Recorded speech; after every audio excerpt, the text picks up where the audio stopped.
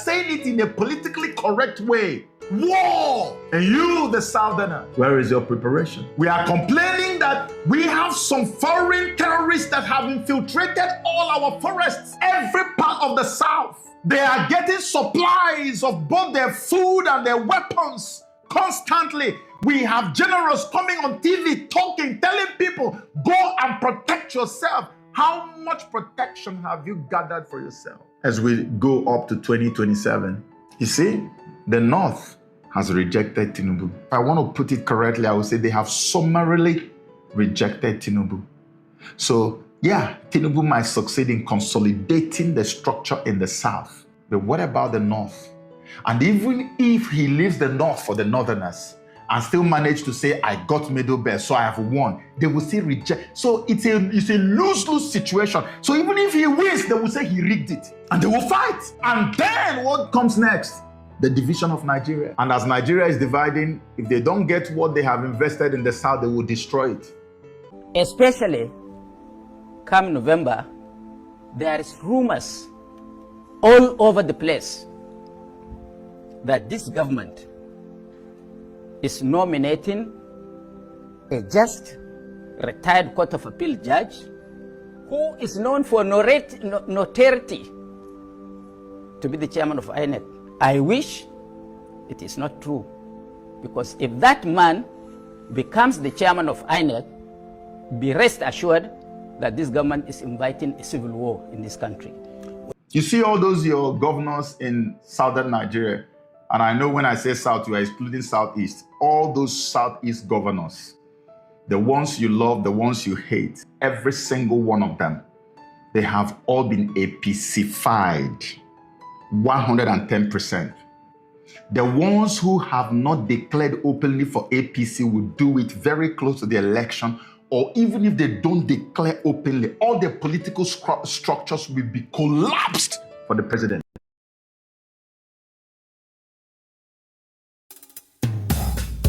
Towards APC, because APC, as far as the North is concerned, has been hijacked. It is now a Southern Revolutionary Party.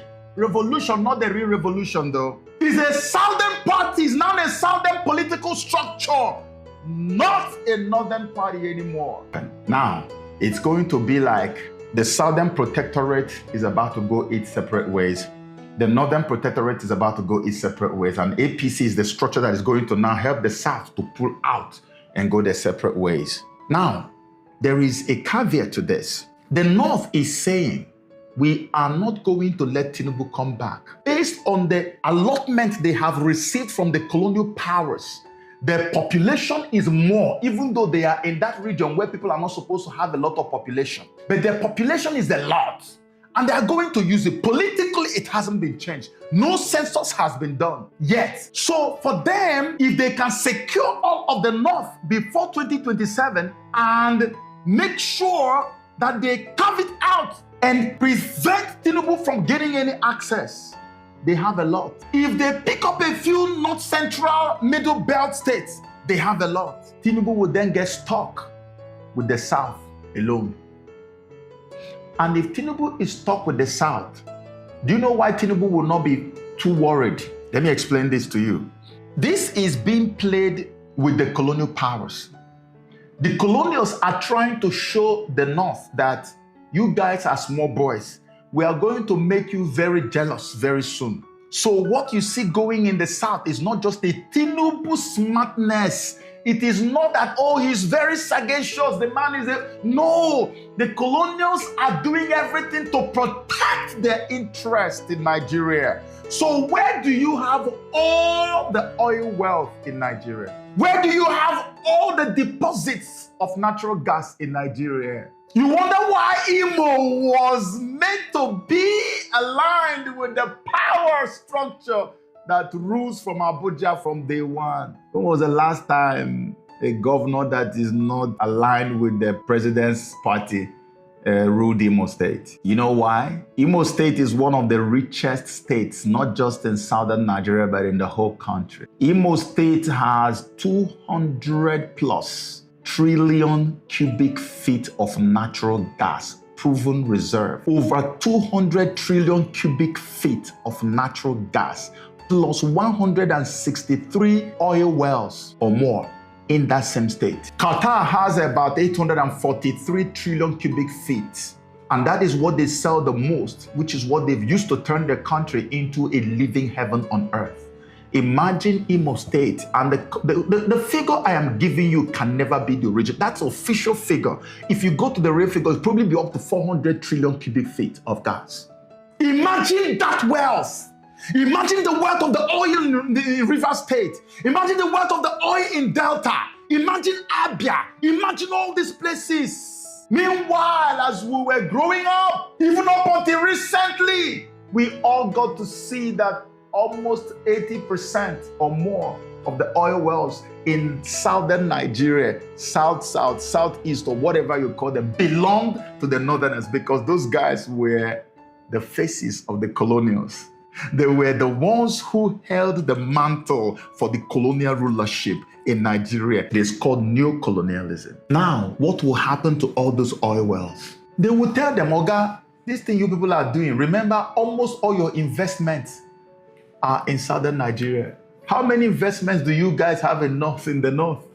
Almost all your investments are in southern Nigeria. What are you going to do about this, sir? What are you going to do, northerners? What about the oil wells, which they are now even beginning to unbundle and decouple them from? They are now moving the oil wells to people, elements from the southwestern part of Nigeria. Have you noticed that one too? Tells you where all this oil money that we claim belong to individuals, where the monies go to. So I always say that the British are smarter than the French. The French will show you that they are on ground eating you, but the British will use people who look like you. You will never be able to point a finger to them. If you are not as sophisticated as some of us, you will know that all these companies and corporations you're seeing in your country that even have names of your language, that have your brothers and people you know as CEOs and chairmen, all of them are siphoning money and sending it to your colonial powers. So they are going to tell the North, hey, are you sure you want to do this? You want to play this game? There's so much to lose here. And by that time, the North will say, no, we're not going to lose anything. We're going to take what belongs to us. You are not born that you're going to deny us what we have worked for all these years. And what do they do then? They fight. That's why I told you that 2027 is going to be very chaotic, very violent. It's not going to be your usual election year. Quote me anytime, save this video. They're going to fight. They will fight seriously. They're already threatening that this is not going to be like when you will rig election and tell people to go to court. Let me read it for you. Let me read you. There's something I need to read this for you so you can see for yourself. This one is from where 2027 elections, go to court will no longer be tenable. Let me read you an excerpt. It says, any attempt by the government in power to manipulate the 2027 general elections will be resisted, and should the polls or the results be tampered with, this would create dire consequences for the country, not for the politicians. For the country, Nigerians will resist any attempt by INEC returning officers to announce fake election results. So all those things that happened in 2023, they are all indirectly confessing now. They are saying, no, you cannot rig and tell us to go to court. That in 2027, nobody is ready to go to court. They will fight. When you see them saying these things, they say Nigerians will resist. They have plans to resist it, to fight it. It's war they are talking about. But they are saying it in a politically correct way. War! And you, the Southerner, where is your preparation? We are complaining that we have some foreign terrorists that have infiltrated all our forests, every part of the South. They are getting supplies of both their food and their people. Go and protect yourself. How much protection have you gathered for yourself as we go up to 2027? You see, the North has rejected Tinubu. If I want to put it correctly, I would say they have summarily rejected Tinubu. So, yeah, Tinubu might succeed in consolidating the structure in the South. But what about the North? And even if he leaves the North for the Northerners and still manage to say, I got middle belt, so I have won, they will still reject. So it's a lose-lose situation. So even if he wins, they will say he rigged it. And they will fight. And then what comes next? the division of Nigeria. And as Nigeria is dividing, if they don't get what they have invested in the south, they will destroy it. If we don't have it, you can have it. We're talking of a massive paradigm shift politically in Nigeria. No one is talking about it. It's huge, it's massive. That's why I say 1914, that curse of 1914 might be broken practically and pragmatically in 2027. It was supposed to be broken in 2014. We were supposed to come together and say, hey guys, it's been 100 years. Are we together yet? No, we're not. The Igbo man is still being hated by the Yoruba man. The Hausa man just still hates the Yoruba man. Everybody hates everybody. We are incompatible from top to bottom. We are not together. The only thing our division serves is the purpose and the aim of the colonial powers. Divide and conquer, divide and rule. They will just take a few of us, just like what happened during the days of slavery. They take a few of us, stupendously make them rich, fill them with so much wealth, give them houses in London and other places, and those ones will foolishly begin to betray and sell out anyhow. Even if you tell them to go and kill their mother, they will kill because of a few material endowments from the colonial powers. This is what we've been dealing with all along. That's why everybody is so excited about what is going on in the Sahel region, where we have young African men who have decided enough is enough, who have decided enough is enough. That whole game of selling out to the one who is our oppressor will never happen again. And this is why the North is fighting. Let me tell you this, because I don't want to miss this point. You see, I come from the South, and when I look at what is going on, under normal circumstances, let's say I don't know anything at all, that I'm just reading everything on face value, my first thinking and reaction will be, oh, we need to go with Tinubu now. Because look at so many things that the Northerners denied us then. We are now getting it. Can't you see that they're now building the coastal road?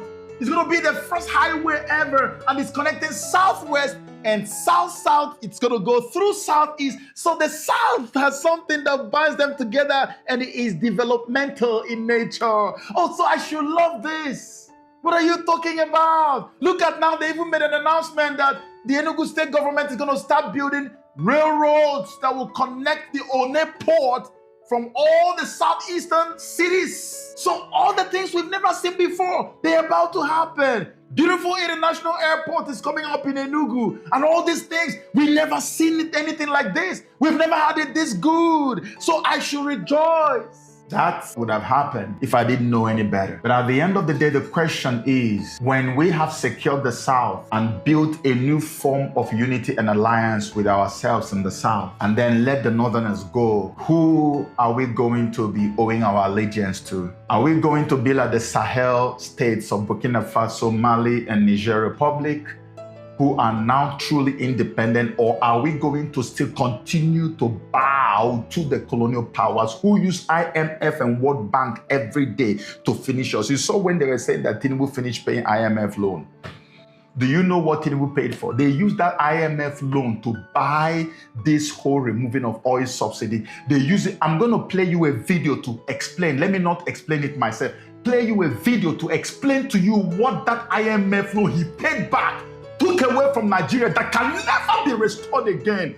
These people are canker worms and palmer worm. That's what I call IMF and World Bank. Canker worm and palmer worm.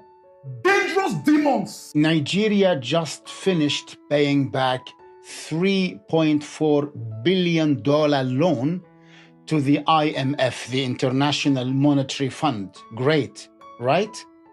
Nope. Let me break it down. We got the money during COVID, just like many other African and global South countries. Then came the conditions: remove fuel subsidies, devalue the national currency, open the economy for more foreign control. What followed? Hunger, protests, broken systems. Now they are clapping because the debt is paid off. But what about the social debt? The lives broken, the schools unfunded, the food unaffordable. The IMF is not here to help us. It's here to restructure us into obedience.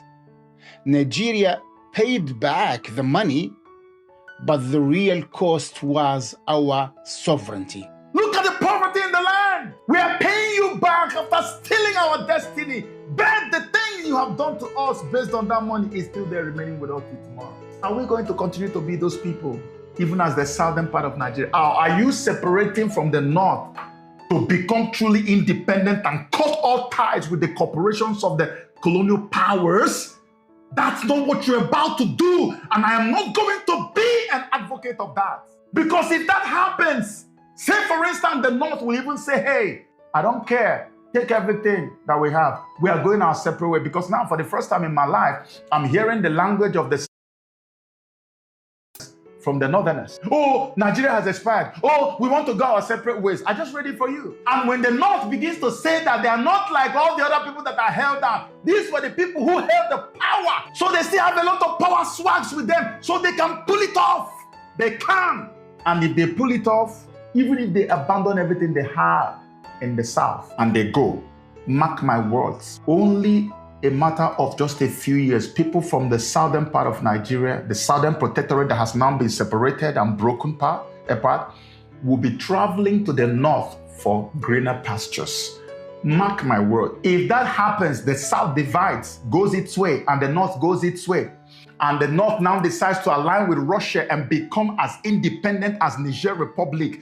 In just a few years, people will be running from the south to the north to go and seek greener pasture, because it is better to be free with so little than to be a slave with so much. If you gather all the gas and all the oil in the south and you're still loyal to the colonial powers, but the north is now free, few years, not up to 4 years, you will see people running from here, the southern part of Nigeria, and running to the north for greener pastures. We need to think twice about what is going on. We need to have leaders, not rulers, not sellouts, not puppets. We need to have people who are passionate about the freedom. You know how I look at puppets? Puppets are weaklings. They are people who have given up on trying for freedom. It takes a lot of balls and strong will to say you want to be an activist, to say you 27 going to be extremely mega chaotic. Make your plans. I'm telling you, when I tell you that people have had it, people have really had it. You live in a nation where terrorists, Boko Haram members, they kill and maim. Like they cut pregnant women's wombs and pull out the babies and kill the babies. There is no type of evil you can conceive that Boko Haram and all these terrorists have not done. Yet, we have a program in Nigeria where the same Boko Haram guys that we are told came from outside the country are made to go through so-called training program. And now they call them repentant Boko Haram and they reintegrate them into the society, telling them that they can actually become presidents. Jesus. This is true. Till tomorrow, they are still getting all of them, reintegrating them, and some of them are joining the force. There's one video I just posted. One of them was storing weapons from the military. He's a soldier working with the real soldiers. You can imagine how many of them are inside that military regiment. He will store weapons on his waist. There's a secret bag he put on his waist. He will take bullets, store them there, and then later, secretly, he will go and give it to Boko Haram members to come and fight. That's why recently we saw that Boko Haram went and took over an army base. They took it over, kidnapped, reportedly kidnapped. It is reported, kidnapped some soldiers, killed some, and burned out all the vehicles, and then took all the weapons there. Somebody posted that, and another person responded, you are late. This one happened yesterday. They have actually taken over another military camps. What is the fate of the people? How would you be expecting people to wish to be in a country like this? This was the whole plan. This was the plan. A nation that is in reverse. that we never experience a forward motion movement. Never. And that's what Nigeria has been since I have been alive. My parents lived and died complaining about Nigeria. Their own parents. It's been like that. This generation is the generation that changes it. And we are not alone. God is with us. So get ready for 2027 because it's about to go down for real. May God help you. May God help me, help us, give us the grace to be able to navigate these turbulent seasons ahead of us with wisdom. Love you as always, man. God bless you. Look forward to more updates. I pray I have the time, but if I do, I will.